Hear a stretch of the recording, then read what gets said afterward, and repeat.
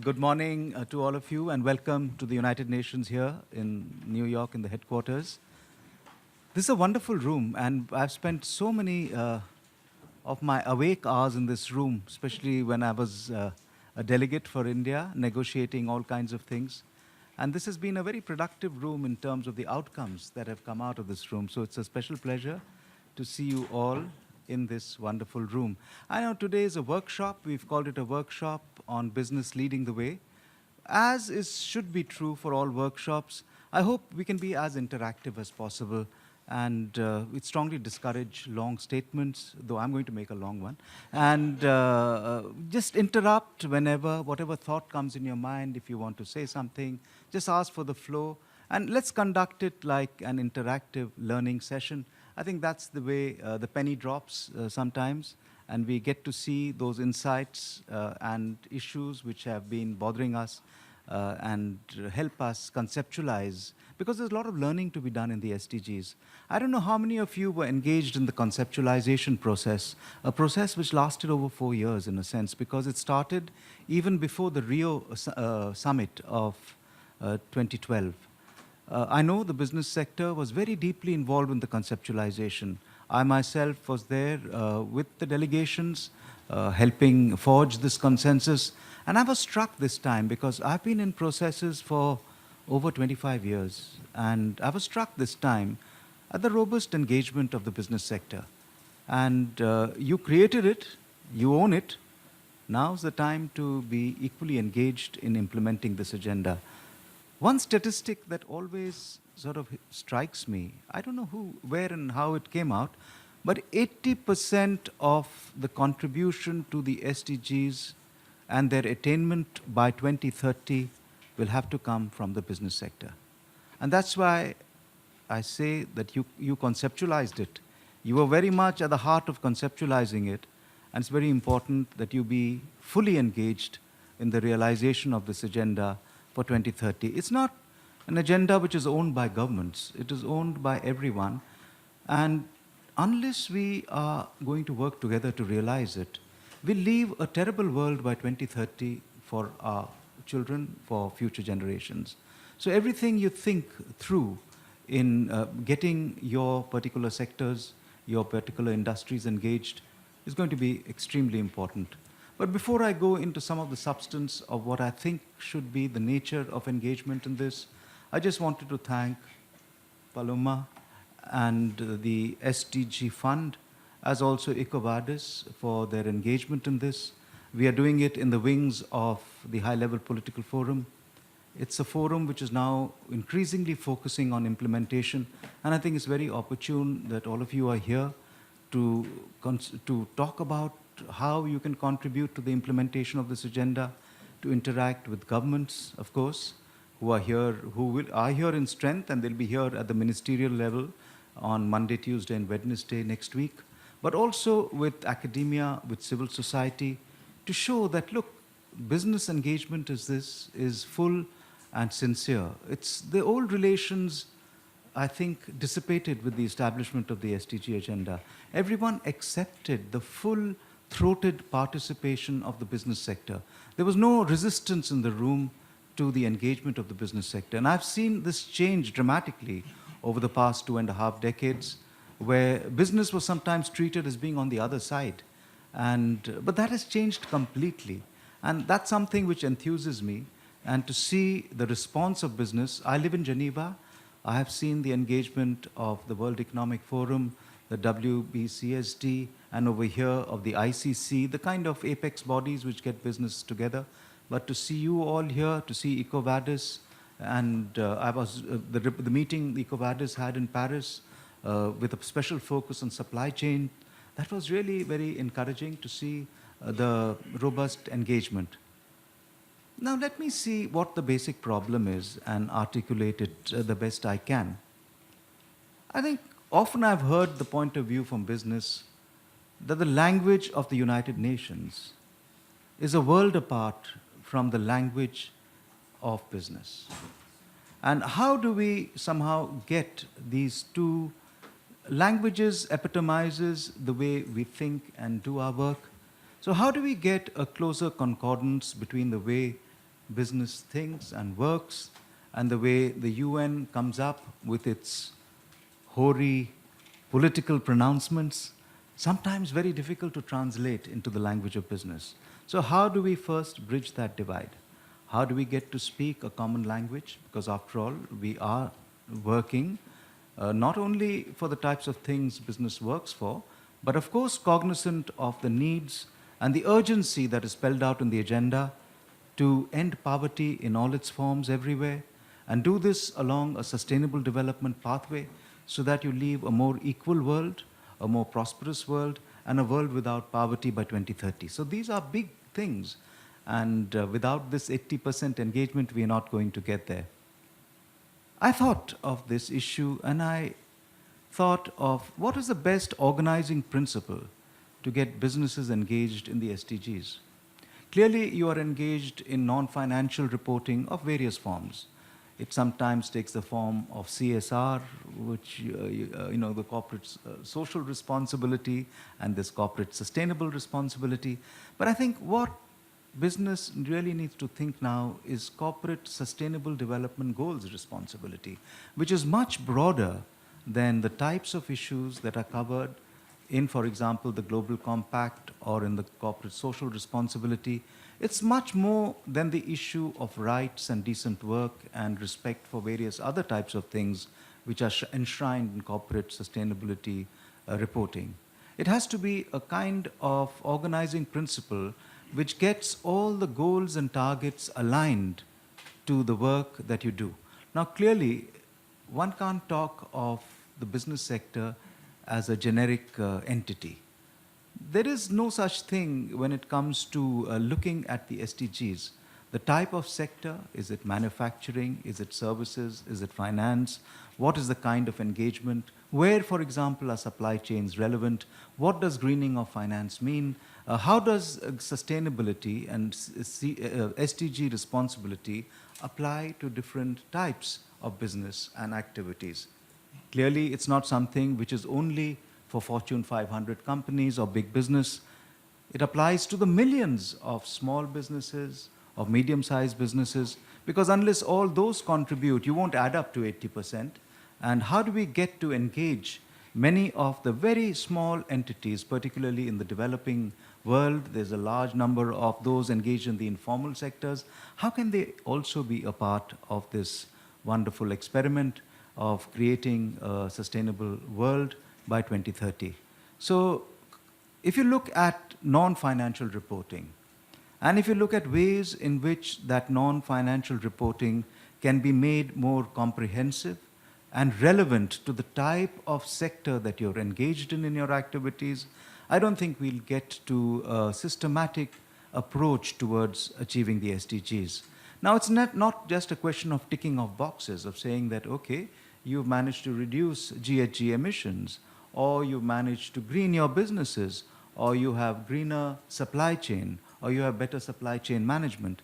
It's much more about looking at every aspect of your activities and to see how those are contributing. All are not relevant, of course. All the goals and targets and indicators are not relevant. But in your activities, can you pick out those goals, those targets, and now the indicators which are most pertinent and relevant to your sphere of activity? So I think the best organizing principle on which businesses should be working is to pick out from the SDGs, convert it into a language that you understand, and to try and see if you can convert that into a learning thing for your own business. Who are the people in your business who need to learn about this? Is it the CEOs? Is it senior level management? Has it to be the rank and file? Has it to filter down in your entire operations? Does it have to be relevant to for those of you who are multinationals, who have activities outside? How do you get this message of learning specific to your business in a language which is understood by the people who are working for you? I'm not saying you substitute this for financial reporting. Financial reporting and the type of periodicity, the frequency, 3 months, 4 months, whatever you have in your business is very important for you, for your stakeholders, for the continued confidence in your business. But can you look at a certain periodicity of non-financial reporting? Could be once a year, could be once in 18 months, which looks at the pertinent goals and targets which are relevant to your particular industry or sector or business, and to see how to convert that into a learning and training exercise for the people who work for you, from your suppliers, from the whole chain of people who are engaged in your business. So I think that might be a good way to think through how business can contribute to the achievement of the SDGs by a mix, a judicious mix of your financial reporting, and by deciding voluntarily on the basis of the nature of your business some kind of system of non-financial reporting. This is something I've been thinking, and we are in an organization called the UN Institute of Training and Research. I'm very keen, with the help of the SDG Fund and the other apex bodies, to try and create a training module for businesses, depending on the kind of sector you're in, where we can help you understand how the SDGs and the goals and targets and indicators can be converted into learning and capacity building for your particular organizations. Without that, I think it will be very difficult to get mindset changes, to get businesses and your own operations to perform differently. So I just wanted to share this thought and see whether some of this resonates with you, whether you feel this is going to be very difficult. And so during the course of today, I think you have a day-long series of activities in this workshop. I hope you'll be able to engage, address some of the issues that I raise, and there's so many other issues which I have not raised, but I think all that will be the way in which you can make best use of the day. And I hope what you learn and what you take back to your respective businesses, and those you can convince and persuade in your own systems of management and hierarchy, that this is the wave of the future, and we better be in tune with this wave, otherwise we will all suffer, not only as a business, but also as a collective responsibility of business to society and to our citizens. So let me stop there and thank you all. Please feel free, if you want, to ask me any questions now or later. I'll be around with you till at least 10:30. And I wish you all have a wonderful day, a productive day, and you feel enriched by being in the UN and by listening to people who talk a different language sometimes, but who want to try and get you into the mainstream of these activities for a better world for all of us. So thank you very much. It's a great pleasure now for me to give the floor to our co-host, Paloma Duran, a former Spanish diplomat who is now in charge of the SDG Fund. So Paloma. Thank you, Nikhil. As Nikhil already mentioned, this room also has a lot of memories for me, because I remember that even we spent here 27 hours without a stop negotiating the document related to social development. So it was a very interesting process, but anyway, it's not the theme for the event today. So thank you so much. Thank you to all of you for being here.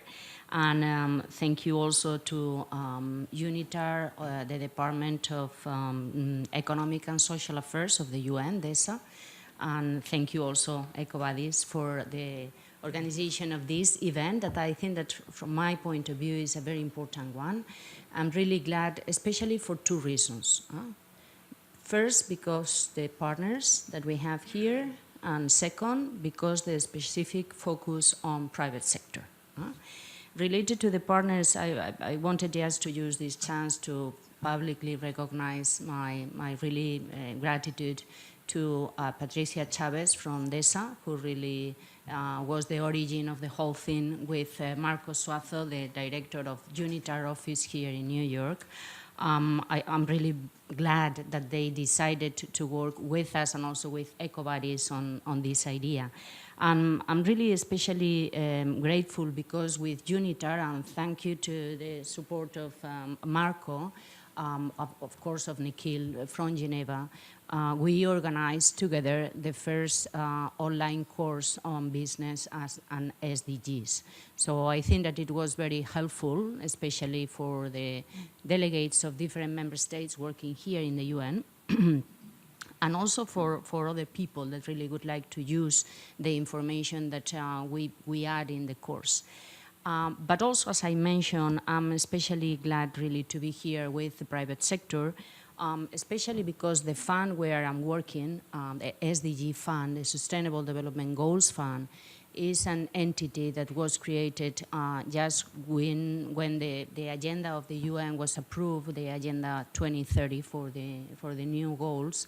And you know, one of the things that we try to do, we are working like in two tracks.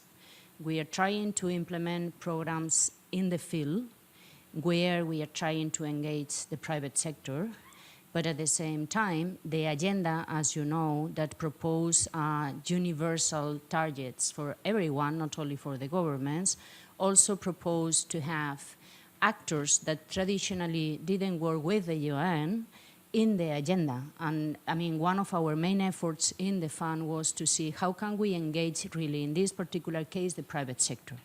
That's the reason because, I mean, as Nikhil mentioned, sometimes, of course, the language is different, the approach is different, and, you know, we are talking about a public approach, the UN, because we are talking about governments. The UN really is the composition of different member states, and then at the same time, private sector. So the language is different, the approach is different, the calendars are different, the monitoring and reporting are different, so it's a real challenge.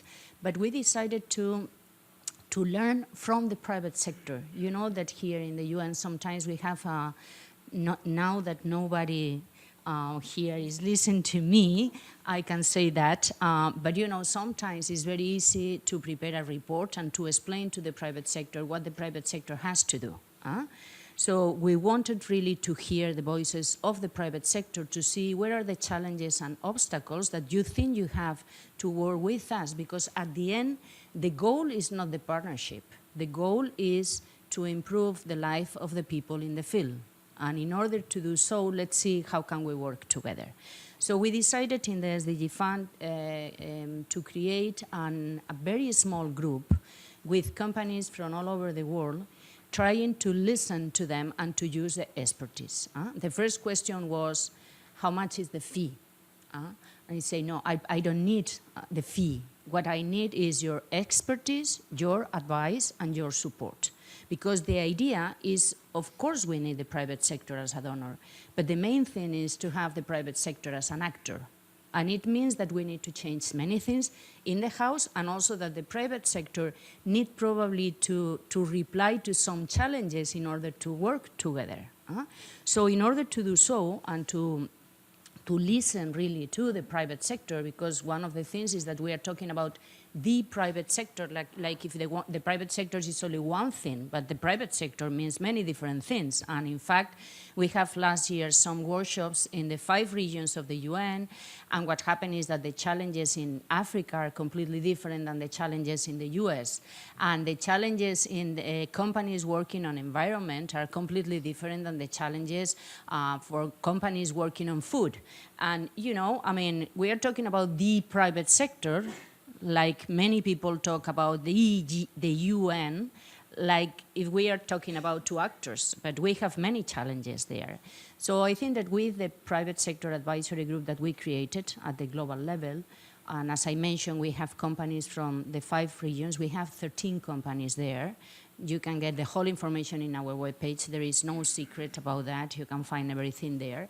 But we decided to create a first tool in order to listen to the companies, where are the obstacles that you have. We prepared this first tool with the companies and with the support of Harvard University through the specific unit that they have on social responsibility. And it was really very useful. We have here Tony Cole, who is the CEO and co-founder of Sahara Group in Nigeria, and the company is one of the members that we have in the advisory group. And you know, the first tool was very useful. The second one was about universality, meaning that the private sector is not the same in every place, and the challenges in Europe, in Africa, in Latin America, in Asia, or in the US are completely different. So in the second tool, we try to see where are the challenges in every region, where are the challenges in every goal, because, you know, it's not easy to ask to the private sector some changes and passing from the traditional idea of philanthropy and social responsibility programs to the idea that if we want the private sector as an actor, we need that the private sector integrate the SDGs in the core business of the company. So the approach is completely different, and we need really to work with the private sector in order to support this transitional process, but at the same time, I would like also to listen from the private sector what the UN maybe can change in order to work together. Because as I repeat, the idea is not only the partnership, which is wonderful, because we need all the partners together. The goal is really to improve the life of the people that we can improve. And if we do it together, it's going to be easier. So in order to do so, we are now this year preparing the third report, which is based on peace and business, thinking mainly in post-conflict situations where really the private sector needs very strong institutions, but also the society needs a very strong private sector there. So in November, all of you are invited to participate in the launching of the report, the 3rd of November here in New York.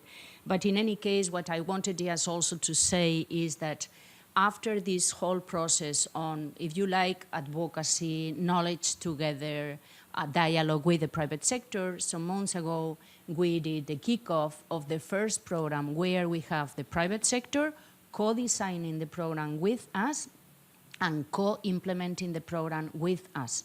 The program, which is called Food Africa, is going to be implemented in Nigeria with the support of Sahara Group, in this case, from the side of the private sector, but also we have there 3 agencies of the UN, FAO, ILO, and the International Trade Center, and also we are going to work with the local government. So we put all the actors together, which is one of the things that we try to do in the SDG Fund. Especially, we don't want to complicate the life of anyone. On the contrary, we would like to use the expertise and the knowledge from all the agencies of the UN working together, and also from the private sector and from the local government, also to approach to development and the new goals in a little bit different approach, meaning that we would like really to change this idea of development in a so-called, if I may say so, patronizing approach, saying, I'm going to give you the money and I'm going to tell you what do you have to do. So we would like really to ensure the national ownership of the programs. We wanted really to ensure that the country and the local actors are going to prepare the priorities for their people and not from here. And, we are trying to do so also introducing a new methodology for the programs that we are implementing with the private sector, which is the matching funds. If I give you $1 for this project, you are going to find an additional $1 from the local actors. And the idea, I repeat, is not just to complicate the life of anyone. The idea is to ensure that we are facilitating the creation of a local network, that if we, as the UN, finish with the program, the local network is there, and they are going to be the leaders for the future programs and for the sustainability of the programs. That is probably one of the main challenges that we have when we talk about development. So I think that, we are doing a very interesting work with the private sector, but I repeat, if the private sector wants to be a donor, it will be wonderful, but I think that we need to go a little bit farther and try to engage the private sector also as an actor. It's not easy. We spent a year with the process to design the specific project to be implemented, but I have to say that it was a very positive experience. I think that, maybe, I don't know if maybe Sahara Group will have the chance to say something later on. But what I wanted to underline here is that we, the UN, we need the private sector, but also we need the private sector as an actor, not only as a donor. And it means that the UN, we need to change in some way the protocols and the procedures in order to do so, but the private sector also need to do this exercise and change from the traditional idea of just philanthropy, which is wonderful, and the companies that really prefer to do that is fine. But I think that now the challenge is to move to the other challenge, which is to integrate the SDGs in the core business of the companies. But I repeat with the idea that the goal is to improve the life of the people. So thank you so much, and I hope really that the day will be a very useful day. Thank you.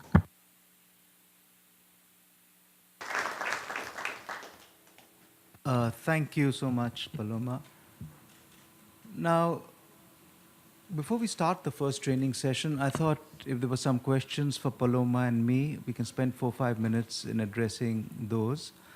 But there's one thought that I wanted to also share with you, that of course business works in a national, economic, political, social, regulatory environment, and it's easy to talk about the responsibilities of business, but we have stressed, at least through the conceptualization phase, the need for effective multi-stakeholder engagement in the formulation of the regulatory environment, in the shaping of the national political, social, economic environment, not only at a big national level, but more crucially at local and especially the city levels.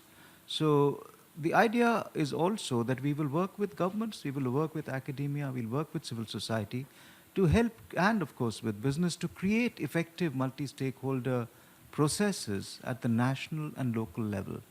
You know, if we look at all the success stories, particularly in the environmental area, and I'm familiar with Japan, and I look at their cities, very polluted industrial cities 30 years ago. Kawasaki is one city I was taken to, and that was a very polluted city 30 years ago.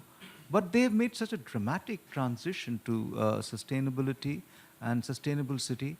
And everyone in Kawasaki says that that worked only because they managed to engage the business sector and the local authorities and academia in much more effective ways, so that they jointly did a lot in determining this regulatory and political social environment. So I think we have to equally work with governments and the other partners and create these multi-stakeholder mechanisms, especially at the city level, I feel increasingly, where you can help shape the formulation of policies so that everyone is working together for creation of the world we want by 2030. But this is the only thought I wanted to share. I realize that business also needs these partnerships. You can't do it alone. And I just wanted to say that while we talk to you, we are also talking to the others in helping shape the creation of these effective mechanisms which will operate at country level in particular. Is there any question or comment people want to make now? Please.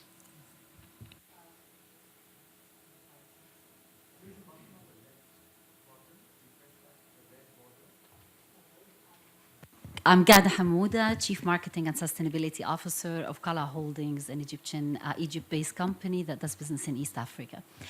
And I think, on one hand, we witness an energy in the ecosystem around the whole area of sustainability and the importance of inclusive growth and inclusive economies. And I think I come from a region that has witnessed terrorism and has witnessed a lot of negativity that has created unstable or unstable environments for business. And I do see, we live it, businesses are starting to realize if they do not, they're not just aware of the importance of sustainability, they're interested, they want to actually take part in creating these more stable, sustainable economies and inclusive economies. The question is no longer about why should I do it, I think it's more about how do I do it and how do I participate. And I think one of the things that I still find a struggle with, despite the fact that there are converts, is we don't speak in the language of business yet. Businesses think risk and reward. I mean, we are going through difficult economies, and no one can afford what used to be a luxury of philanthropy to now what they're convinced about as being responsibly contributing and investing to create the right environment and to thrive. But risk and reward. And the question is, how do we translate what we refer to as the Sustainable Development Goals, which are really national priorities and regional priorities and global priorities. How do you translate those into business opportunities? How do you translate those to what it means for business? Why is it good for business?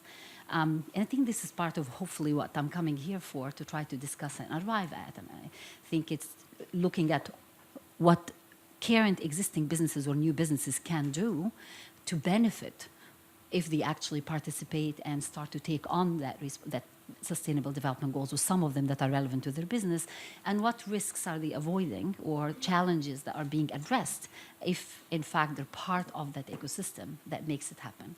So, thank you. To say something, Paloma? I mean, I think that, it's a very pertinent question, because the point is, how can we translate that into action? I think that we are using a tool which is called Compass in order to see first how to integrate the SDGs in the work that we are doing in my company.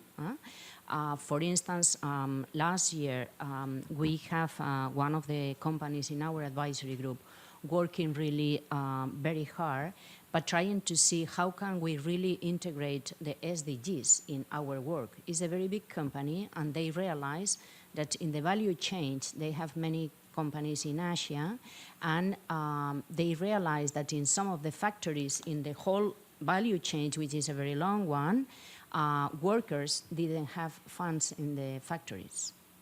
So the first priority to integrate the goals in the company was really to put funds in all the factories. This is apparently a very small thing, but the translation of that is that the workers went to work in a completely different setting, and they are much more productive, if I can say so, just because they have a better environment. This is a very small thing, but I think that in the business, I'm not working in the business side, but my experience with the private sector is that the first point is to see what are the activities and the things that we are doing in the company that we can translate it into the setting of the Sustainable Development Goals, because there are many companies doing many things, even if they don't realize that they are implementing the agenda. For instance, on gender issues, on environmental issues, on access to water, on decent jobs, in all the goals. So I think that the first thing is try to use the template of the SDGs and to translate the activities that the company is already doing and implementing. And then the second one is really how I would like to see in 10 years or in 20 years my company. This is the time when I think that we need to use Compass in order to see in the company, first of all, how will be our decision? Are we going to work for philanthropy? Are we going to work for social responsibility, or are we going to change a little bit and to integrate the SDGs in the company? I think that the most important thing from my point of view is really to have the CEO of the company, not only the social responsibility side, but also the financial side of the company, making the decision about that. But I'm very ambitious saying this in the presence of all the people working in the private sector, being, in my case, working in the public sector. So, probably other people can reply to you better, but I can share with you the experience that we have with the private sector advisory group. I just wanted to add that I think that was a great question. But sometimes when we look at the SDGs, we don't look so closely, especially in this community who are present in this room, at SDG 16. Now, this is the first time in UN legislative history, as I know it, apart from the UN Charter itself, where issues of peaceful and just societies are woven into the SDGs. And critically, in many of these countries which are afflicted by upheaval, civil strife, ethnic conflict, and so on, the creation of peaceful and just societies, of course, is dependent on the attainment of all the SDGs, but more directly, it's on things like the safety sector reform, the kind of policing, the judiciary, and so on. So these are also very important. And how can business contribute and work with government in that kind of thing? Now, these areas have generally been in the very strict remit of governments. And could business, for example, contribute to the sort of sectoral reforms required for the police, judiciary, to create the kind of stability in which businesses can thrive? So these are difficult questions, but they are captured in the SDGs. And it's really expanding the horizon of how business think through many of these issues and how they can contribute in partnerships with so many other actors in creating the societies we want, where stability and prosperity will come as a concomitant to the kind of actions that are taken by a myriad of actors. Is there anything else, or should we now? Yes, please. Yes, thank you very much, Mr. Said. I'm representative of Belgium here, and I'm working for a Deputy Prime Minister and Minister for Development Cooperation who's all in favor of working with the private sector, both abroad and in our own country when it comes to bringing the SDGs forward, about transforming these billions in trillions and all that. Absolutely, no doubt. At the same time, I think what we've all subscribed to with Agenda 2030 is a universal agenda where policy coherence is really a cornerstone idea. Few mentions in the agenda on policy coherence. And indeed, when we're moving from the MDG to the SDG era, as somebody yesterday said, woman washing is kind of a practice we might want to avoid in the name of policy coherence, and the good old greenwashing is still alive and kicking as well. And just as we as a country are preparing a national voluntary review and see no need to entertain, for instance, a tobacco company that would tell us how well it is faring in terms of labor standards protection, we also have a difficulty to see how an oil and gas company can be presented as a poster boy for the SDG fund. Since some tokenistic activity when it comes to food security in a philanthropical way can never, ever make up for the fact that the core activity of such a company is to continue against all odds extracting and burning fossil fuels, which flies in the face of SDGs 7, 13, 12, and many more. So, I repeat my point that I made a few days earlier when that poster boy was already presented. That is, the SDG fund, if it continues this way, is risking huge reputational damage. And so does the EU, which is funding this. And I'm saying this as a European taxpayer. And so are all the UN organizations that commit to the activities on that specific activity with that specific company. And I feel compelled to make that known in my country with stakeholders, with my government, and with those UN organizations. There is a big misunderstanding about the concept of leaving no one behind. Leaving no one behind is a rights-based perspective and is about the beneficiaries of Agenda 2030. It does not mean that we have to co-opt all the harmful practices of yesteryear when we are now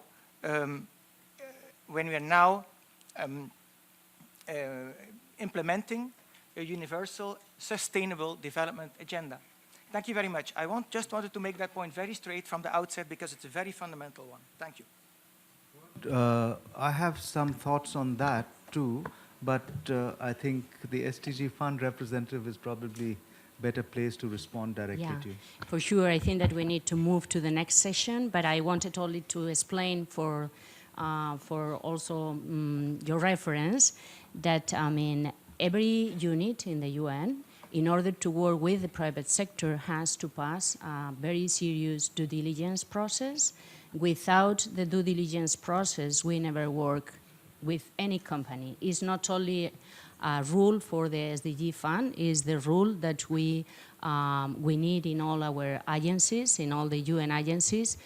We need that all the companies working with us pass the due diligence process. So, of course, all the entities that we have now working with us pass this due diligence process. Yes, also, but in any case, we can talk later on. Thank you.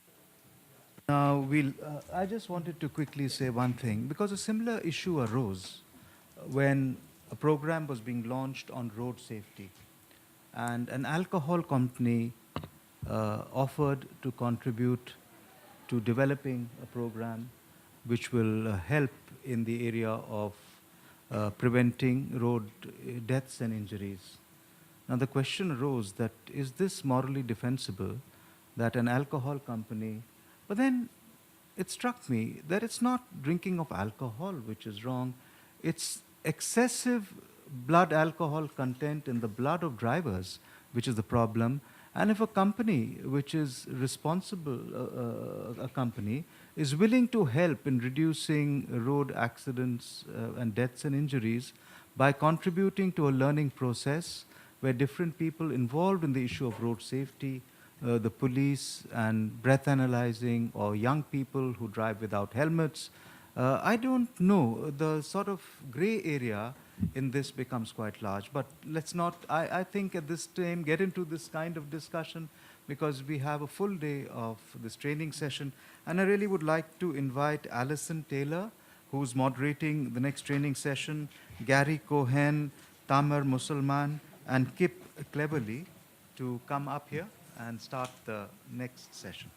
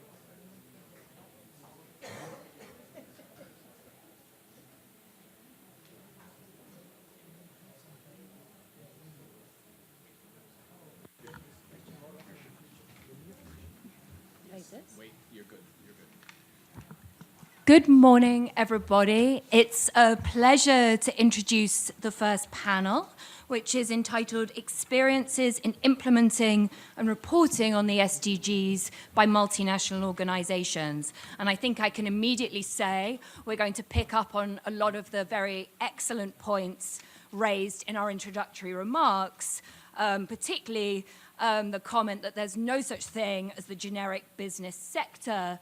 And then this really excellent question here about how you translate these goals, which were not designed exclusively with the private sector in mind, into business opportunities rather than philanthropic efforts. So we have three panelists this morning. We have Gary Cohen, who is Executive Vice President of Global Health and Development at Becton Dickinson. We have Tamer Musulman, who is SVP of PepsiCo in Egypt. And we have Kip Cleverly, who is Vice President Global Sustainability at International Flavors and Fragrances. So already we are going to be able to provide a cross-sector perspective and really explore this question of how you go about actually making this happen within a company. So I'm not going to talk anymore. I'm going to ask each of the panelists to introduce themselves, talk briefly about their role as it relates to the SDGs, and then answer the question, how did you go about developing your SDG strategy, and how was this shaped by your business model? So let's start with Gary. And just one clarification, do you want us to introduce ourselves and then Yes, make our please. statement? Okay, perfect. So good morning, everyone. It's really a pleasure to be here, and I privately complimented our opening session because I thought that the comments were so very relevant given how closely I'm working in this space. So by way of introduction, so my name is Gary Cohen. I'm Executive Vice President and President of Global Health and Development for Becton Dickinson, which is a 120-year-old, large, it'll be about 65,000 people globally, very global company. I've been there 34 years, so I'm a long-term veteran. I operate at a very senior level of the company as an executive officer. I don't have direct responsibility for sustainability, interestingly. What I do, and it's very much a bespoke job that I created within the company, is align our activities with major issues and problems that need to be solved in the world, which aligns very well with the Sustainable Development Goals. I also serve in a number of capacities that support the public sector, on the board of UNICEF USA, on the board of the CDC Foundation, co-chair of GBC Health, which is a coalition of companies working on global health. And I'll touch upon a few of those things as I talk through my hopefully brief remarks. So first, I just want to say that we're doing the things that you would expect. You know, I had a sense maybe in this group there would be people who would have a little bit of an ESG type of orientation. I'm not going to spend environmental and societal and governance goals, environmental sustainability and governance goals. And, you know, we certainly engage in that, and we set a series of goals and targets that we're achieving. One was increasing our reliance on renewable energy, and we've gotten up to 98% use of renewable energy in the U.S., but I'm not really here to talk about that. I'm much more here to talk about how we align our core business activities around the SDGs in areas where we really believe we have the ability to have substantial impact. And it was mentioned in the opening comments about sort of the use of philanthropy versus CSR in other areas. We actually deploy very intentionally 4 different methods for positive social impact that collectively represent our corporate social innovation strategy. The first is philanthropy, because that remains important. Some people will say that's becoming obsolete. It's not. It remains important. CSR is where we use our core competencies to have beneficial impact on society in a way that's not directly related to commercial outcomes, and I'll describe some of the ways we do that. A third way is through our policy and advocacy activities, where we try to use our influence to align national policies, international guidelines around areas that are beneficial for society. And the fourth is a terminology shared value creation, which is where we engage directly into our business models initiatives that are specifically designed to address unmet societal needs. One thing I'll say, we've mapped our business strategies to all of the SDGs, and we found relevance in 15 of the 17 goals. You certainly can't see it from here, but this was a mapping exercise that we engaged in, which was more of the general mapping. And then we get very deep. We've had, even around the time the SDGs were first launched, we had participated in some of the private sector input of the SDGs, and this is quite a long document, very specifically laying out where our work is relevant to the SDGs and where we're aligning. And as you might expect, BD is a medical technology company, so SDG 3 is the one where we have the greatest opportunity for impact. And as we've looked at the SDG targets, just about every SDG target we have direct impact on. I'm going to read these off just so you have a sense of the areas that we're working on. But 3.1 is reducing maternal mortality. 3.2, ending preventable deaths of newborns. 3.3 is HIV, TB and malaria, infectious diseases. 3.4 is non-communicable diseases. 3.7 is sexual reproductive health services. 3.8, universal access to health services. 3.9, hazardous chemicals. 3B, supporting research and development of new vaccines and medicines. I won't read the rest, but these are all areas that we're okay, I'll take your advice. Thank you for the advice. But these are areas that we're very deeply engaged in. I'm going to provide a few examples. So regarding strengthening of health systems and supporting universal health access, we've been partnering now for 10 years with the U.S. government through the CDC and PEPFAR to strengthen health systems and laboratory systems in 5 countries in sub-Saharan Africa and in India. And this work has matured enough that we can directly report the outcomes which have been reported in the Journal of Infectious Diseases on things like reducing the turnaround time for tuberculosis testing from 3 weeks to 3 days, increasing the diagnosis of people with multiple drug-resistant TB, which is an extreme threat to the world. That would be an example of how we put that type of work into operations. And that's done hand in hand between the CDC and BD people working in the field in laboratories. And it's an example of corporate social responsibility. It's not directly linked to our commercial practice, but it's using the institutional knowledge of our company. Another example is we're collaborating with the Gates Foundation, with the Children's Investment Fund, and other private sector partners like Pfizer to substantially increase access to injectable contraceptive for women and girls so they can control their fertility. Anyone who works in this space knows how important fertility control, family planning, and reproductive health is, and what this unique combination does, including a unique device that allows for self-administration, is it puts women and girls in control of their fertility. And that has multiple benefits. And that's, again, a cross-sector collaboration. We've also been working for a number of years now on reducing maternal and newborn mortality, and this was at the request of the World Health Organization to develop innovations to address both maternal and newborn mortality during childbirth. We're about 5 years working on new innovations. We've invested already over $20 million in this, and it was outside of our normal field of business. And we specifically worked on it because we knew at the close of the MDG period that among the 3 health-related MDG goals, deaths of mothers and newborns lagged progress on other MDGs. So we got involved in areas where our core competencies were relevant and where we could innovate, but were beyond the fields that we had worked in previously. And in my view, that is an example of how you align business activity to achieve societal goals, as opposed to doing it the other way around, trying to interpret societal goals that in a way that aligns to the priorities of the business. As we did this work, and personally as I was engaged heavily in the HIV and AIDS response in the prior decade, we kind of spilled over into working on human rights issues, and this speaks to the point about SDG 16, just peaceful societies.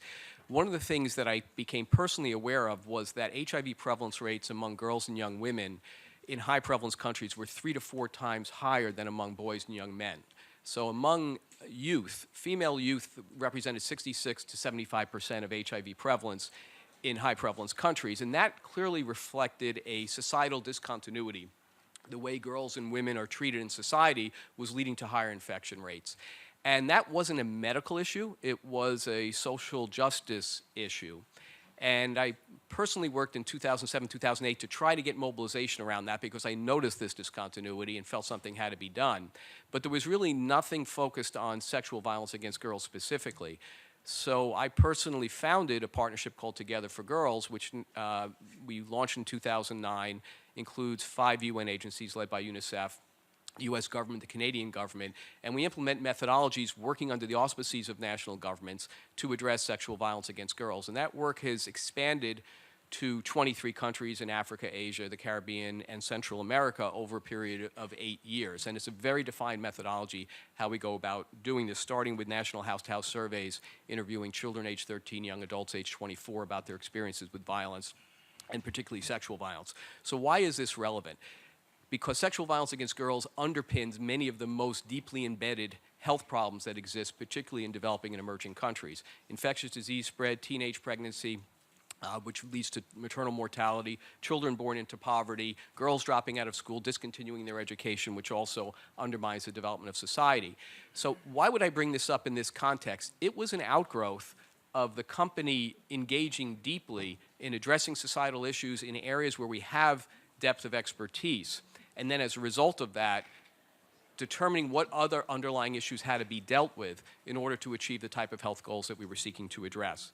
You know, beyond that, in our core business model, we characterize shared value creation as commercial initiatives that are pursued because of an unmet societal need.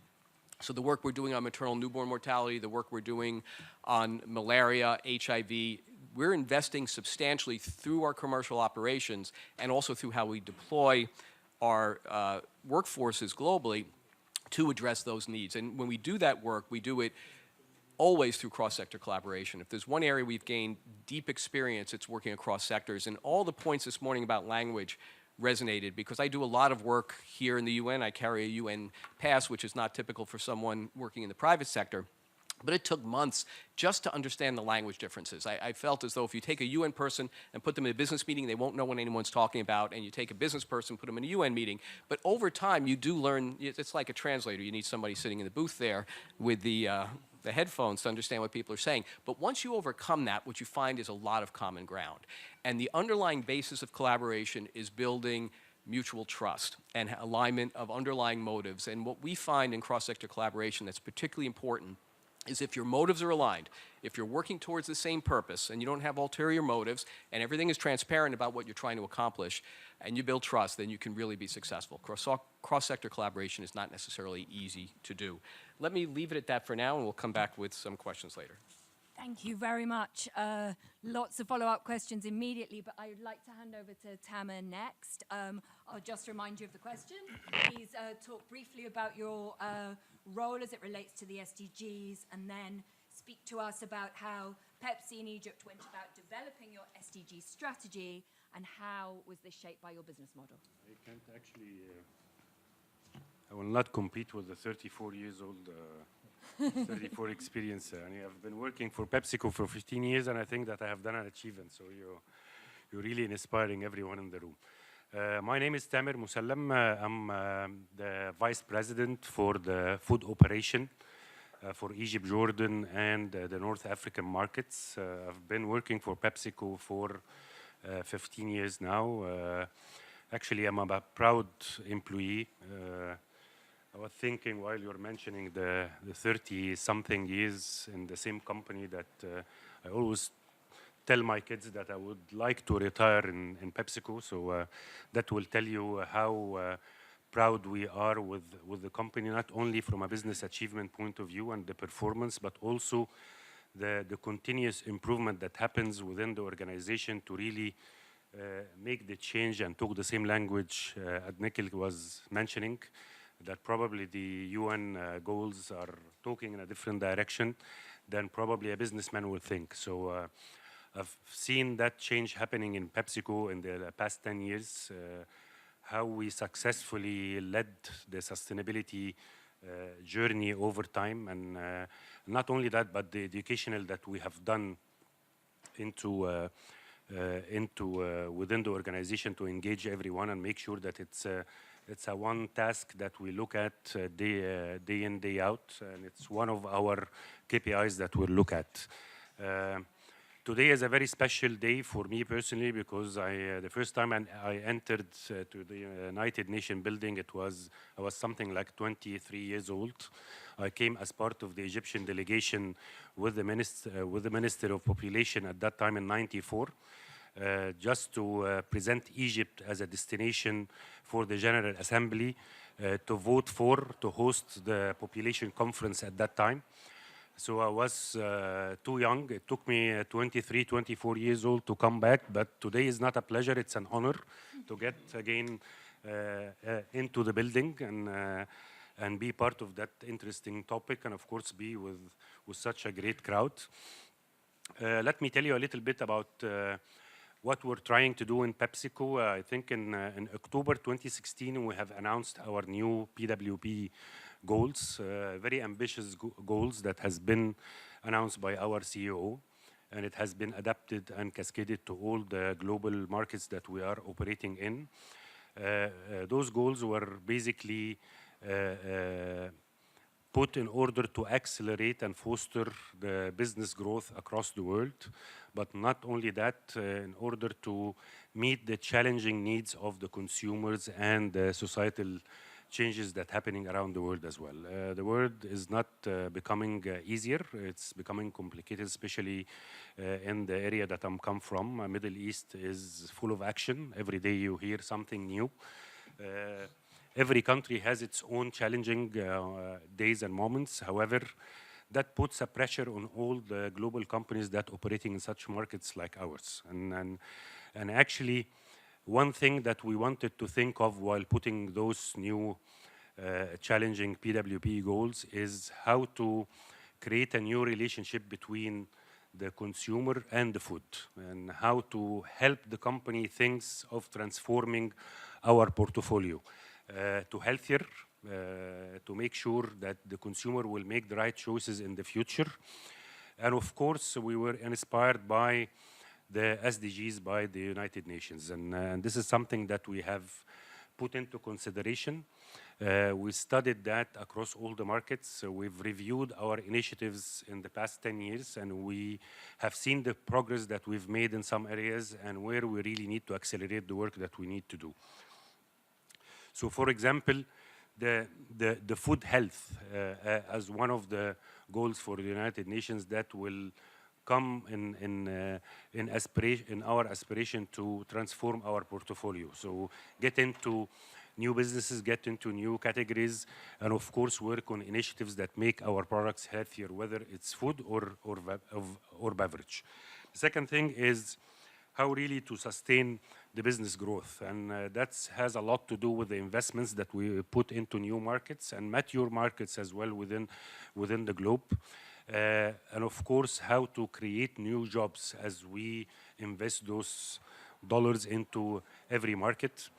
And the water sustainability comes as a big thing that we really work on. And I'm going to tell you in a bit a couple of facts when we talk about specifically about Egypt, how we could have done better and what we're doing in order really to continue developing that perspective for the future.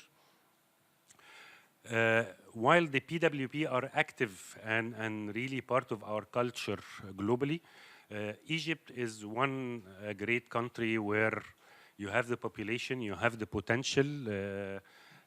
It has its own challenging. However, Egypt considered to be the second largest market for PepsiCo in the Middle East after Saudi Arabia. However, it beats Saudi when it comes to population and potentiality. And of course, the need of putting a lot of sustainability projects into action that helps the country and helps the consumer and helps the people, and of course the private sector has a great role to play versus the governmental organization, if you wish to say.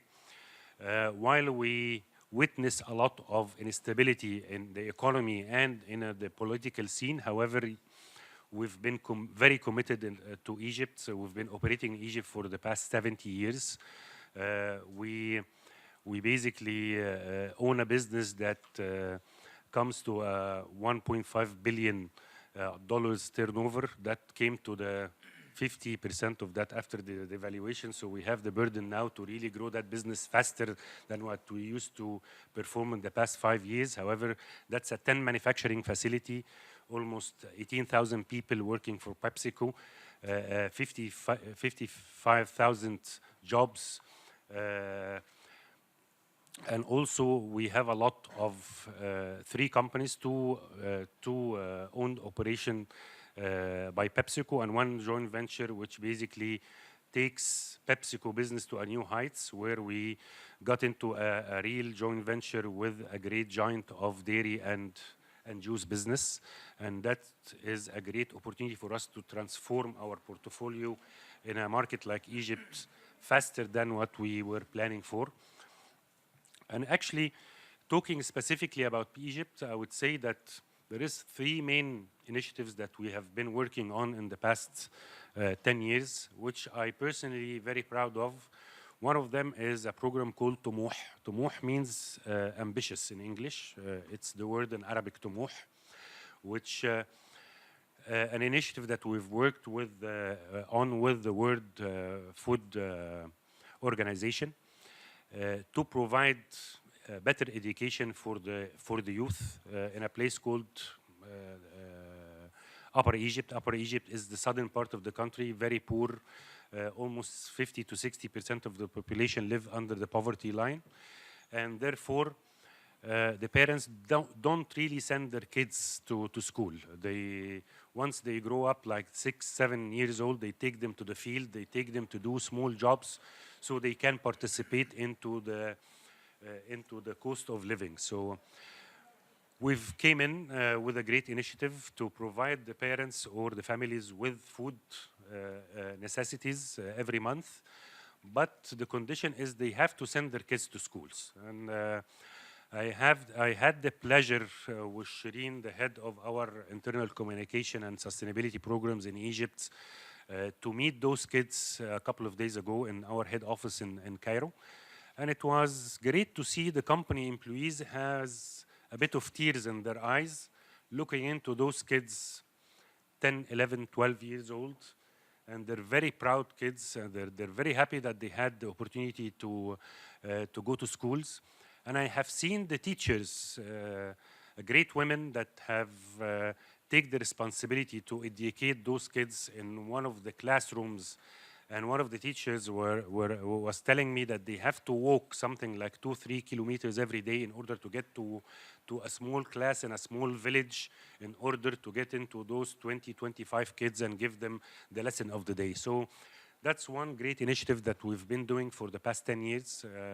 We've been responsible to graduate something like 30 to 40,000 kids out of the different villages across that geographical area in Egypt. Second initiative is the Dawri al-Madaris. It's the football schools league that we have created out of scratch in Egypt. We've supported both education, the Ministry of Education and the Ministry of Youth and Sports in order to create that activity for the 14, 15 years old kids getting educated in the governmental school. That program, the results of it over 10 years, that now we've sponsored 9 of the 12 players who plays for the national team in Egypt. Those guys, 3 of them are playing for international teams, Chelsea, Manchester United, AC Roma, and those guys are very proud Egyptians. They're very proud young people who really grow within their comfort zone to become great citizens. And PepsiCo was the company behind all that, with the joint venture that we've done with both ministers over time to really develop that program and make something out of it that serve the country, make a loyal citizens, and also make PepsiCo proud of making a change to the community in Egypt. The third one, which I personally putting my heart into it, is the Seeds program, which is Egypt is a great agriculture community. That was in the past, that was one of the main income drivers for the country 30, 40 years ago. However, it faded by time.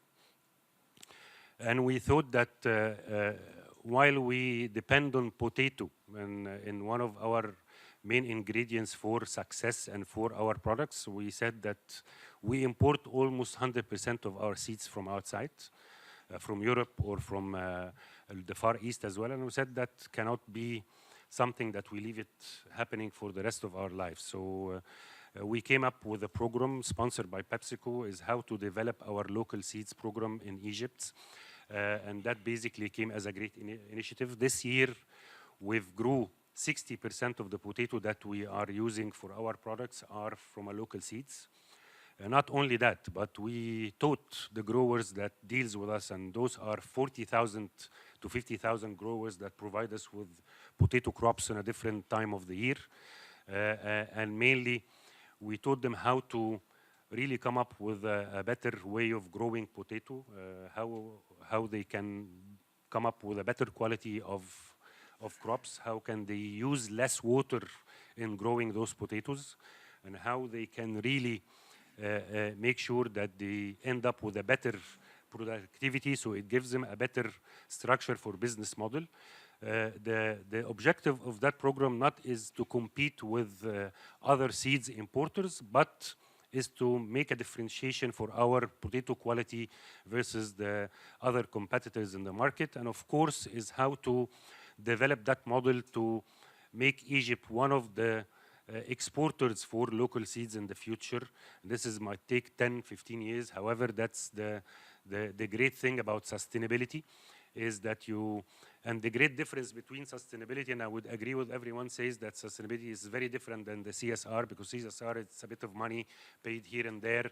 It has an impact yet, yes, but it doesn't really give you the great sustainability over a longer time of your strategy.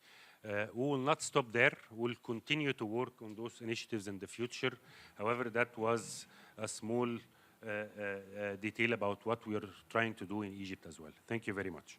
Thank you very much, Tamer. And then same question to Kip. Thank you, Allison. So I'm Kip Cleverly. I'm the Vice President of Global Sustainability for International Flavors and Fragrances.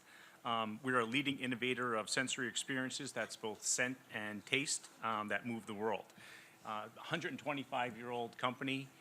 We're in 40 or more different countries, and we're a supplier of those flavors and fragrances to companies like PepsiCo.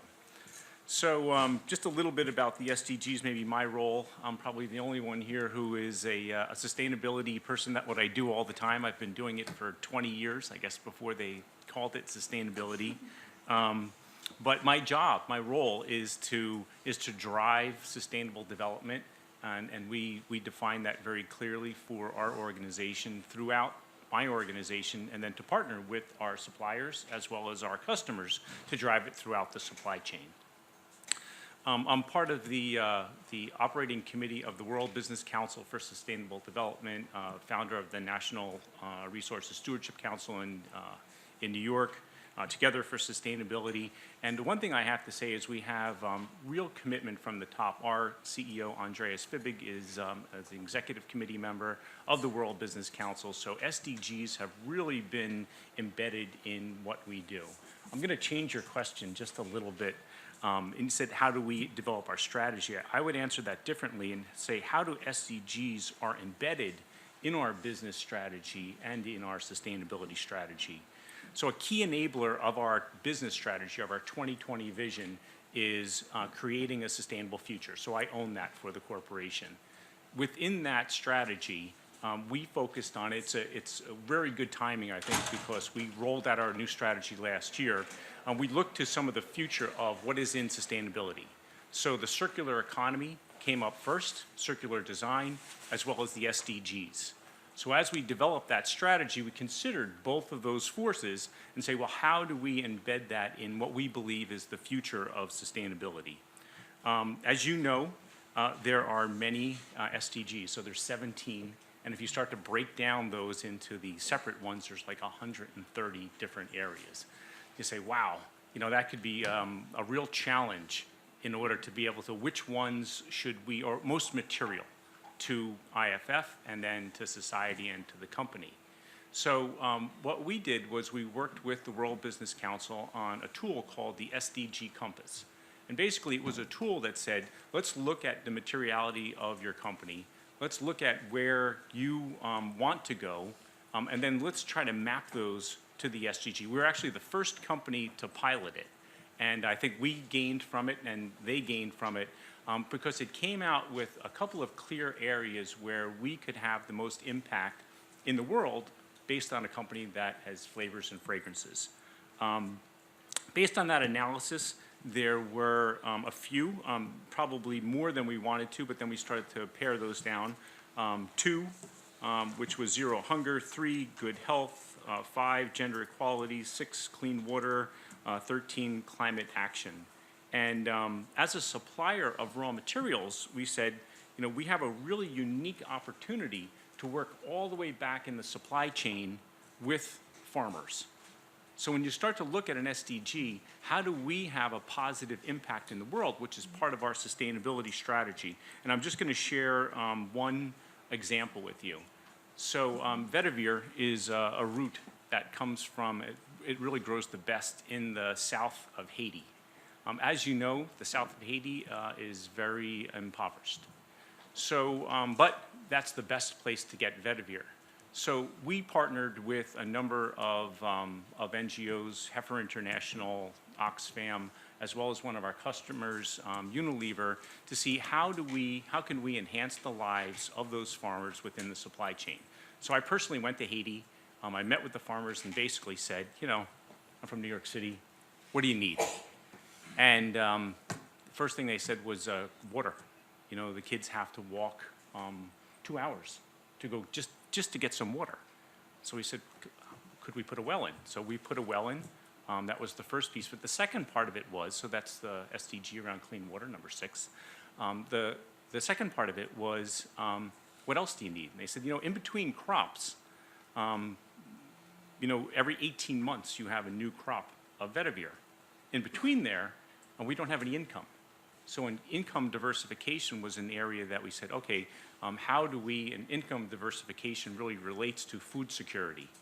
So how do you every day have income, which at the end of the day buys food?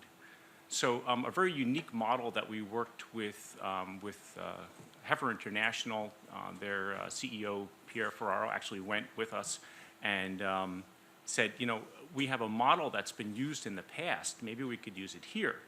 And it was very simple. You know, you think about these things and how hard is this? It was very simple. So we gave each of the farmer families 2 chickens, 2 goats, and 2 turkeys. Why would you give a person who wanted food every day 2 goats? Milk. You treat a goat right, and he'll give you a gallon of milk a day, right? Chickens, eggs. Then teach those farmers how to care for them. Work with them from a veterinary service standpoint. And when we started to look at this, we said, you know, this model is fantastic because it's kind of like, don't give a man a fish, but teach a man to fish. And it was one of those areas that we said, wow, when you start to look at the SDGs, this really kind of hits home with things like zero hunger. The other part about it, which was number 5, which was gender equality, is that typically the men, farming vetiver, it's a kind of a man's job. It's a heavy-duty job. And the women sometimes get left out of that. So what we did was we specifically targeted the women and the children to take care of this small farm. And what it did was, from a gender equality standpoint, it lifts them up within the system because now they're providing value. They're caring for those animals every day. It's providing food every day. So their gender equality piece, and we call it women's empowerment within our strategy, really kind of built up the second part of it.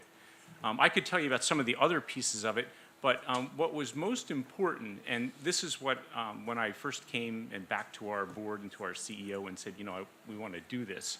And, you know, always the question is, probably from the CFO, okay, 1, how much does it cost? And 2, you know, from a business standpoint, what does it do for us? Well, for us, it's really about having a resilient supply chain, because vetiver is a product that more companies want more and more of, and a lot of farmers don't want to become vetiver farmers. Why? Because it's a pretty tough life. But when you start to put in some of these areas where you get food every day, you're improving your income, then those farmers want to be IFF farmers. They want to be IFF farmers. We have a better resilient supply chain, and then we provide a flavor to, say, PepsiCo. It drives all the way through there, and PepsiCo sees value in that as well. So I just wanted to kind of relate the SDGs to doing good, to transformational change, and then how, from a business standpoint, you can really bring that to the top line. Fantastic. I have so many questions for all of you. I'm going to do one more round and then open it up to the floor, because I'm sure many people in the audience have many questions as well. Gary, I'd like to go back to your initial framing of how you think about the SDGs, and particularly what you said about shared value, which you defined as commercial initiatives pushed because of societal need. And I think, if I'm not mistaken, part of the thinking around shared value is that, you know, you should only address societal needs when they're also commercially interesting for you. But you also very explicitly said you saw a role for philanthropy, a role for CSR, and a role for policy advocacy. So my question is, how do you decide which is which? Do you start with shared value? Do you start with strategy? And maybe some guidance to anyone in the audience that's wondering, where do I start? Well, the first thing I would say is what you decide to do is based on the characteristics of the problem you're trying to solve. And what distinguishes shared value, which is a newer concept relative to the other 3, is the ability to get to full scale. If you're speaking about philanthropy, companies can give away some percentage, usually not a huge percentage, of what they do in cash or in goods. CSR, I think, can be very important for cultivating commercial opportunity for the future, because you build relationships that can have an impact on your access to markets. But again, it's not going to be everything the company does. Advocacy and policy is really more a matter of alignment, and what distinguishes what we try to do from what I think most companies do in policy. A lot of companies advocate for policies that benefit them specifically, sometimes at the odds of society. And what we're trying to do is find that alignment between what is conducive to our success, but is in the public interest. And I can give many examples where we've been engaged in changing national laws, international guidelines, including things I've been personally involved in. But now coming back to shared value, it's the most challenging one, because I think there's 2 paradigms I think that have to be overcome. One is the paradigm that working on societal needs is not good for business. Whereas if you just apply common sense and think about truly successful entrepreneurs throughout history, what did they do? They found a need and they solved a need. What did pharmaceutical companies do in the early days? They developed drugs. You can take any entrepreneurial initiative and say, you know, in some form, if it was benefiting society, it was shared value creation, yet people who run businesses think that it works to their disadvantage. It takes their time and attention away from the bottom line. Well, companies that do good for society, that have sustainable governance, that have sustainable environmental practices, they're going to be sustainable themselves. So that paradigm has to be overcome. The second one is the paradigm that companies are somehow not progressive. I'll argue that today, multinational companies in particular, because of the guidelines that they need to adhere to in terms of governance, in terms of gender equality. Look at the policies on equality in company. They're more advanced than governments. So we have to be able to act on that progressiveness. Now, to answer your question specifically, how do we balance this? Things tend to naturally fall into place, and they're not mutually exclusive. There are areas, like, let me give one example, and I'll finish quickly. Childhood immunization. The expanded program in immunization of children is probably the most successful public health initiative in history. In the 1970s, about 15% of children globally were immunized against common childhood diseases. Today, it's about 85%. We engaged in a number of ways in that. One of the factors, by the late 80s, it was clear that disease was being spread in mass immunization programs because the devices used to immunize children were being reused. That was a problem that begged for a solution. So on the shared value creation side, we created a very low-cost device that locked after a single use for immunization. It's called an auto-disable syringe. Between 2000 and now, about 6 billion of those devices have been supplied, entirely wiping out that category of disease spread, primarily hepatitis, but also HIV. That was shared value creation. We engaged in CSR because we went out into the field and helped train vaccinators on how to properly vaccinate children. And we engaged in philanthropy because we initiated with UNICEF an initiative to eliminate maternal and neonatal tetanus, which is now down by about 70%. We became a partner in the measles initiative, which was down 78%, 93% in sub-Saharan Africa. And we're engaging in the final eradication of polio. So and we worked on policy in that regard as well, because we helped formulate policies, particularly in India, that would complement the transition from reusable devices that spread disease to auto-disable. There's all four around a single area. So it really comes down to what's going to be most effective. And I really, really would advocate strongly to say philanthropy should not go away, because much of what we learned to do in shared value creation and CSR was an outcome of us starting in philanthropy and people kind of getting infected with doing good. This is one of the other secrets. People think in their career, whatever it may be, they get to the highest level, they publish the most, they get the most academic credit, or they make the most money. That's what leads to career fulfillment. You know what leads mostly to career fulfillment? Having the knowledge that you've done good in the world and you've helped others. I know that sounds very philosophical, but people look for purpose in their careers, and they do so in the business sector as well as in other sectors, but sometimes it's not naturally brought out as much. But purpose-driven companies are more successful. There's data showing that. I have the privilege, being a 120-year-old company that's very purpose-driven, and it's enabled this activity to be pursued more effectively. Fantastic, really fantastic, fascinating remarks. I'd like to sort of turn to Tamer and see what you think about this point just made about the intersection between philanthropy and business needs. You described 3 programs, 2 of which sounded more philanthropic, and the first was interesting because you said it was 10 years old, so predates the SDGs. And then the third, which was much more about supply chain sustainability and commercial need, but also the needs of Egypt as a country and the needs of your suppliers. So can you talk a little bit about this question? Gary's just described his approach, how you balance your commercial and philanthropic goals, and then also how you support Egypt as a country and its goals. Very good. I think from creating a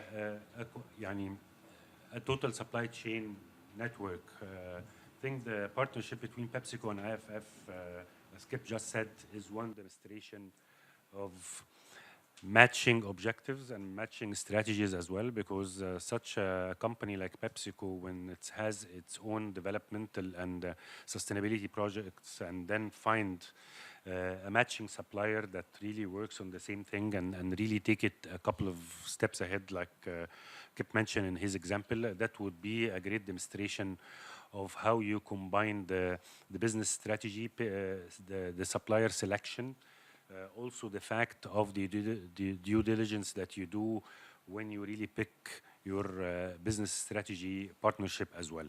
That one side of the story. The second side of the story is the portfolio transformation. I see it as one very close example to what Gary have mentioned, because the partnership that we have made in Egypt, which is basically the business joint venture to take our portfolio out of our comfort zone, being a top manufacturer for beverage and food company to the dairy business was a great move in Egypt, for example, because that really delivers the second day on your sustainable goals, which basically making your portfolio healthier.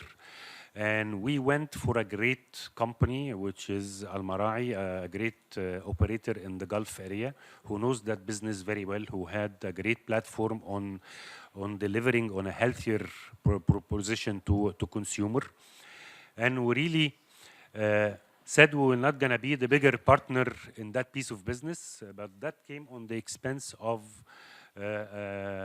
our size and our market share on food and beverage, and we did not say that we have to be the big player and we have to be the decision maker. We made a compromise coming into Egypt and being number 2 or 3, but we wanted to create a platform and we wanted to deliver on the promise that we gave to the consumer over years in Egypt, that we will do our best to transform our portfolio. So as we focus on the profit generator for us in that region, which basically the food and beverage, we went for much less profit contributor, a category that cannot compete with the food and beverage in terms of profitability and revenue and turnover. And we said this is the future of our company in that region.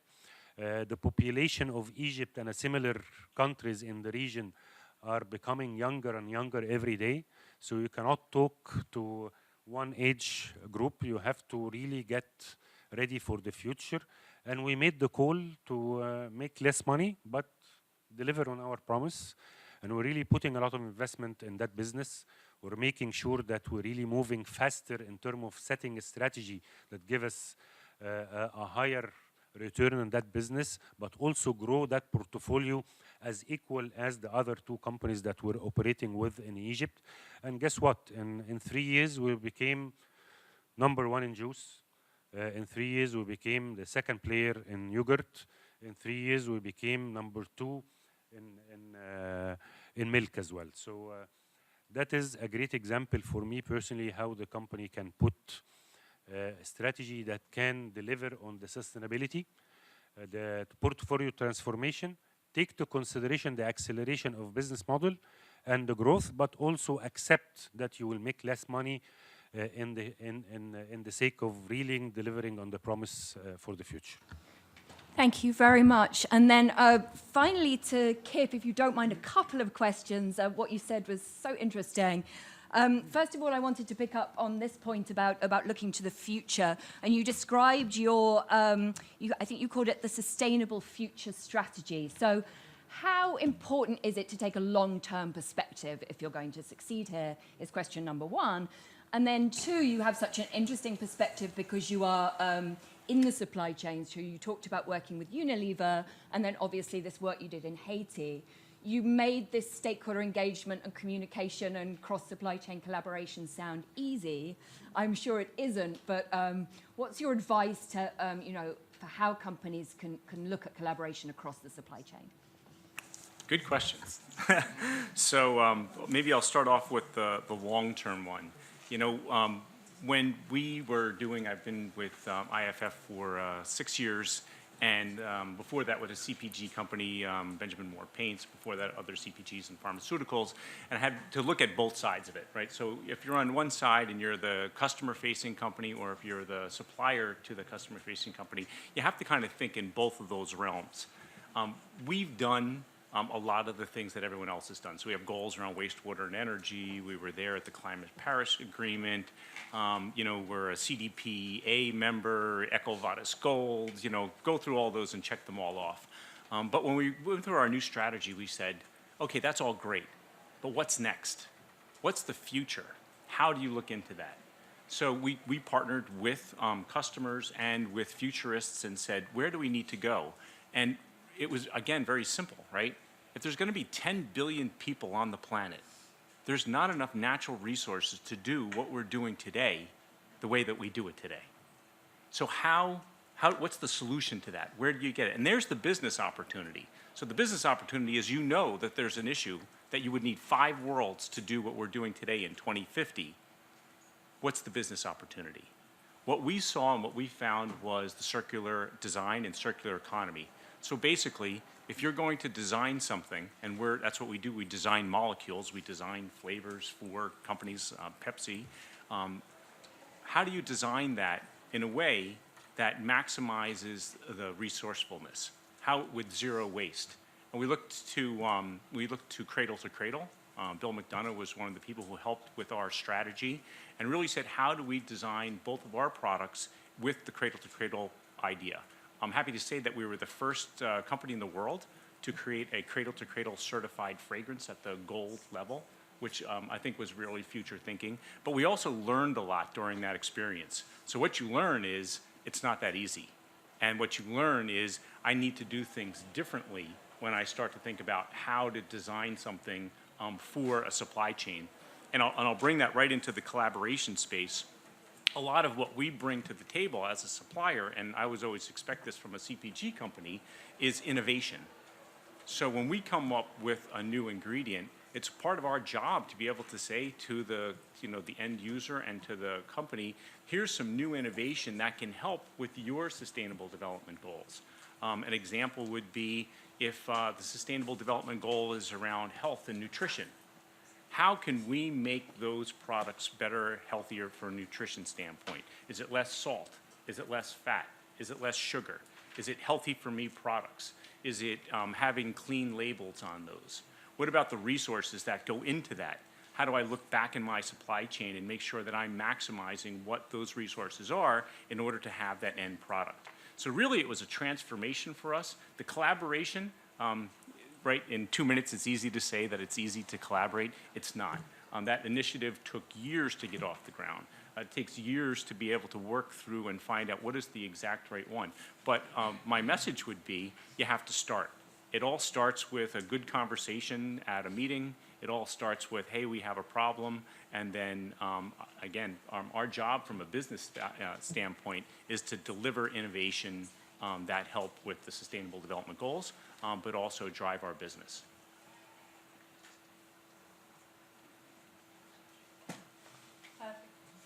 Sorry about that. We started a little late. I was just clarifying how much time we had left. We do have time, I'm told, for a couple of questions. I don't want to destroy everybody's coffee break, but if anyone has anything they would like to ask any of our panelists, I am happy to take. Maybe I'll take all these, and then we'll see who wants to answer what. Push and wait till it turns red. So my name is Dina Sharif. I'm a founder of a company called Ahead of the Curve in Egypt, which is one of the leading companies working on impact entrepreneurship and responsible business practice across the region. So I enjoyed all of your remarks immensely, but my feeling is that we're still stuck in this paradigm of responsible, sustainable business as opposed to looking at each sustainable development goal as a real business opportunity. So I'm wondering, as companies, I think you all have sustainability strategies and you have ways to say how your companies are extremely responsible and are innovating around these responsible business and sustainable business practices. But I'm curious to know whether you look at each of these goals and say, where's the business opportunity? How can we create a new product or innovation that can be scaled to work towards a sustainable development goal? That's my first question. My second question is also when it comes to reporting back, I think that we're still stuck on reporting against the same kind of responsible business sustainability principles. And I'm also curious to know, as companies, are you thinking about how your business strategy, your core business strategy, not your sustainability strategy, is really looking into contributing to each of the sustainable development goals? And my last question is, in terms of supply chain, I think the most amazing work is happening amongst new businesses that are really creating business models around major problems in society, kind of, Gary, along the lines that you've said. I think there are a lot of entrepreneurs, very young ones, specifically in the Middle East, where we see a rising trend of these impact-driven entrepreneurs who are really contributing to SDGs by finding solutions and commercializing them and scaling them. but yet I don't see very large companies looking at them in terms of partnership or acquiring them or investing in them to help serve those SDG goals. Great, thank you. We had a few more questions over here. Just one, if you wouldn't mind each.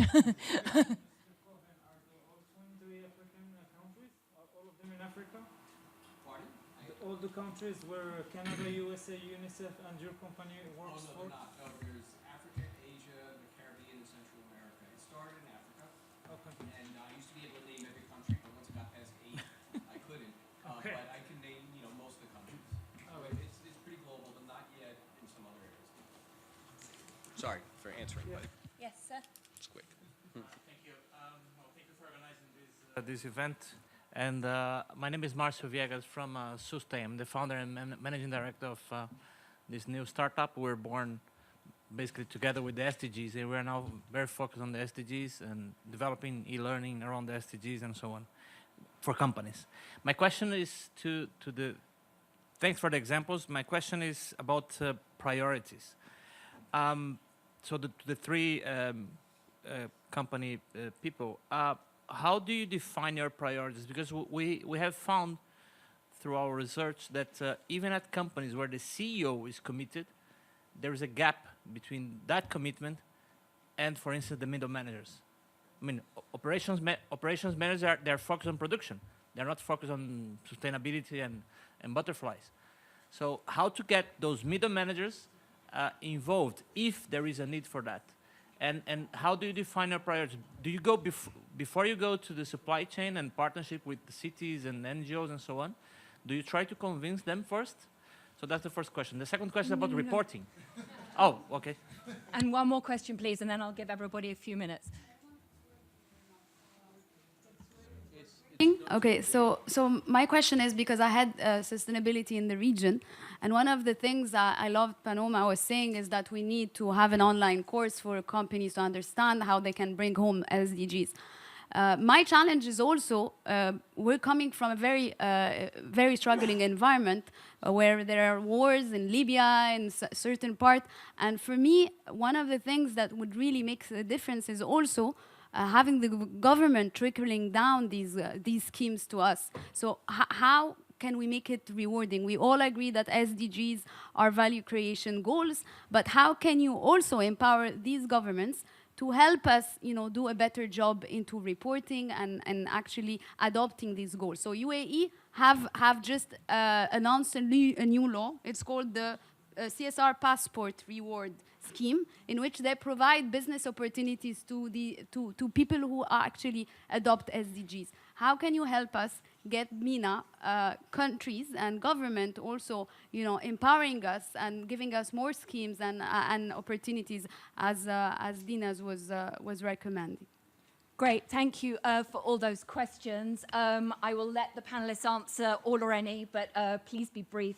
Kip, something on business, something on the middle management challenge, something on engaging with government. I'll start off with the priority one because I think that's one that I'm most familiar with. We have a very, very clear process of how we look at sustainability priorities. And a lot of what we're looking at is one, first, what is the ecological or social impact, and we measure that. And then second, what is the ROI or business value, and that can be somewhat intangible. And literally, we have a matrix that looks at them and says, we have all these ideas, all these different areas, which ones are we going to fund? Because just like any other initiative, and that's the way you have to really attack it, is you fund the ones that you believe have the most impact and have the best for the company. And then it's very easy for me to sell those because those are the ones that are the best ones out of all the ideas. From a middle manager and driving it through the organization, it really comes down to how do you enable each one of the either business units and or those managers to see value in it. And they don't have to do everything. That's what I always say. You don't have to know everything. You don't really even have to know the SDGs. What you need to know is within your job, these are the things that you need to do to contribute to make sure that IFF is the company that we want to be. And that could, again, that could be very specific to them, or it could be very broad depending on their role. And the last part about the government question, I'm a true believer that it is not government that started sustainability. that it is not government that could ever end or affect sustainability, that it really needs to be up to business that drive it. I mean, this is what the World Business Council is all about, is that business has to drive sustainability. And we have to drive sustainability because we know it's good for our company, it's good for the planet, it's good for people, and at the end of the day, that's the purpose of a company, is how do we make the world a little bit better, and of course, and how do we make a profit doing that? So that's my quick answer. I'll pick the easy one. I think you have a great point about how you really can make sure that those strategies are cascaded down within the organization, especially when it's a global player with a lot of population. And I will tell you what we're trying to do. I think we're not there yet in the total engagement of the total system on developing and acting on those responsibilities and also objectives. However, a couple of days ago, we had a town hall for all the top 500 managers in our business unit, and we made the point to have 20 minutes talking about our sustainability objectives.